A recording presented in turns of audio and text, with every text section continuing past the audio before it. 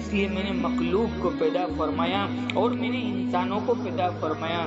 اے موسیٰ، انسان کے جسم میں جو ایمان کا موتی ہے اس کو کبھی بھی ضائع نہیں کرنا بلکہ اس کی حفاظت کرنا۔ دوستو، ہمارے یہ سوال جواب سے یہ معلوم ہوا کہ زندگی اور موت میں اللہ تعالیٰ کی کیا حکمتیں اور مصلحتیں پوشیدہ ہے۔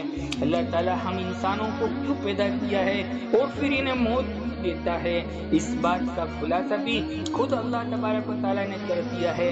دوستو، اس واقعے میں ہمیں ایک بہت ہی بڑا سبق یہ بھی ملتا ہے کہ اللہ تعالیٰ نے اس قدرت کے نظام میں ڈھیروں حکمتیں چھپا کر رکھی ہوئی ہے اور ڈھیروں وجوہات ہے جن میں کوئی بھی انسان اس کو سمجھ نہیں سکتا۔ یاد رکھو، اللہ جو بھی کرتا ہے بہتر کرتا ہے۔ اللہ کے ہر کام میں کچھ نہ کچھ حکمتیں ضرور پوشیدہ ہوتی ہے، کیونکہ اللہ سمیع بھی ہے، اللہ بصیر بھی ہے۔ اس لیے جان رکھو، اللہ جب بھی کسی کا امتحان یا آزمائش کے اندر ڈالتا ہے تو اس میں ہماری کوئی نہ کوئی بھلائی ضرور چھپی ہوئی ہوتی ہے، کیونکہ وہ ہم سے محبت کرتا ہے، اور جو کسی سے محبت کرتا ہو نا انہیں تکلیف تھوڑی دیتا ہے۔ یعنی تمہارے رب کی ہر بات میں کوئی نہ کوئی حکمت ضرور چھپی ہوتی ہے، اور اللہ کے کیے گئے ہر فیصلے میں بندے کا کوئی نہ کوئی فائدہ ضرور ہے۔ اللہ جو بھی کرتا ہے اچھا ہی کرتا ہے، اپنے بندے کے حق میں کرتا ہے۔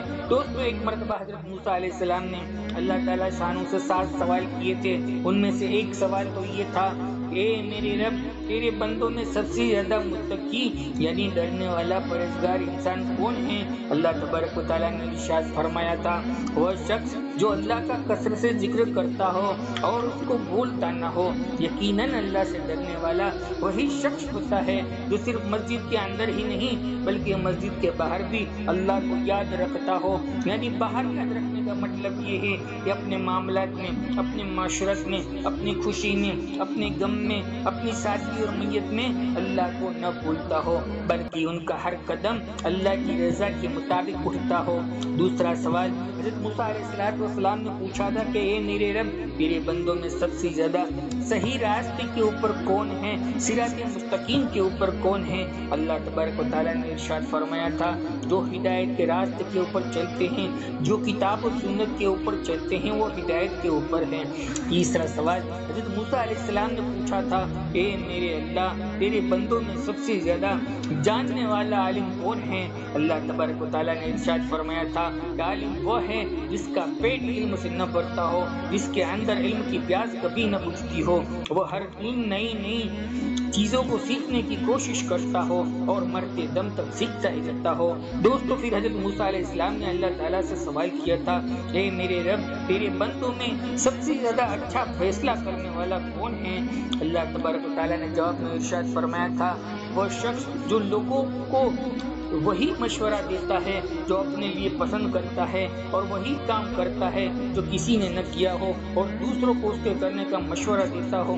ایسا آدمی صحیح فیصلہ نہیں دے سکتا۔ پھر حضرت موسیٰ علیہ السلام نے اللہ تعالیٰ سے سوال کیا، یا میرے اللہ، تیرے بندوں میں سب سے زیادہ عزیز ترین بندہ کون سا ہے؟ اللہ تبارک و تعالیٰ نے جواب میں ارشاد فرمایا کہ وہ شخص جو بدلہ لینے کی طاقت رکھتا ہو لیکن پھر بھی بدلہ نہ لے اور سامنے والے کو معاف کر دے، اور ایسا وہی کر سکتا ہے جس کے اندر صبر ہو، جس کے اندر برداشت کرنے کی طاقت ہو۔